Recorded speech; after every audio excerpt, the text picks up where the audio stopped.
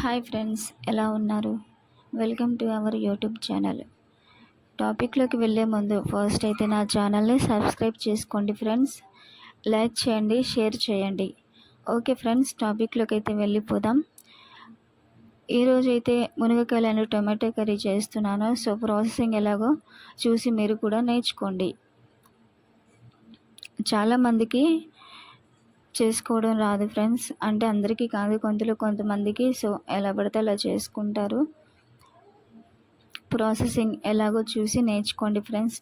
ఈ విధంగా చేసుకుంటే టేస్ట్ అయితే చాలా బాగుంటుంది. ఓకేనా?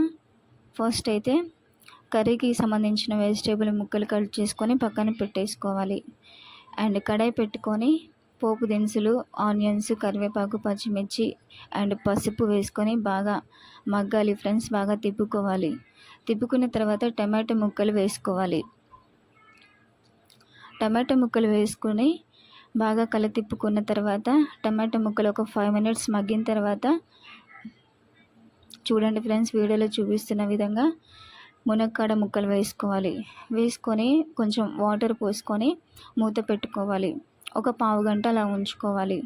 ఉంచుకున్న తర్వాత మళ్ళీ మూత తీసి మేము ఉప్పు, కారం, ఇంకా గరం మసాలాలు మీ ఎక్సెట్రా ఏమైతే యాడ్ చేసుకుంటారో, మేమైతే ఉప్పు, కారం అండ్ ఇంకా ఇంతే వేసుకున్నాము. సో మామూలుగా న్యాచురల్గా చేసుకుంటేనే టేస్ట్ బాగా వస్తుంది.